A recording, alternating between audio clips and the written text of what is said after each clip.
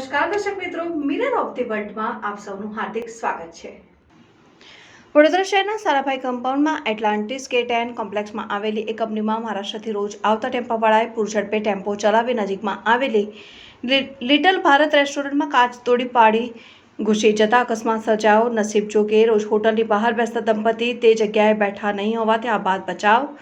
ગત મોડી રાત્રે 1 વાગ્યાના સુમારે સારાભાઈ કમ્પાઉન્ડમાં આવેલ એટલાન્ટિસ કે10 કોમ્પ્લેક્સમાં આવેલી લિસિયસ કંપનીમાં રોજબરોજ મહારાષ્ટ્રથી ટેમ્પો નંબર MS04 LE 4121 લઈને સતીશ પાંડે અને તુકારામ નામના બે વ્યક્તિ લઈને આવતા હતા, જેમાં તુકારામને ટેમ્પો ચલાવતા આવડતું હતું, જ્યારે સતીશ પાંડે નામના વ્યક્તિ ટેમ્પો ચલાવતા શીખવાડવામાં આવતો હતો। ત્યારે નજીકથી હોટલના સંચાલકે બંને વ્યક્તિને ટોક્યા હતા કે આ રીતે ટેમ્પો ચલાવતા નહીં, તેમ છતાં તેઓ રોજ દારૂ પીને ટેમ્પો તુકારામ સતીશ પાંડેને શીખવાડતો હતો।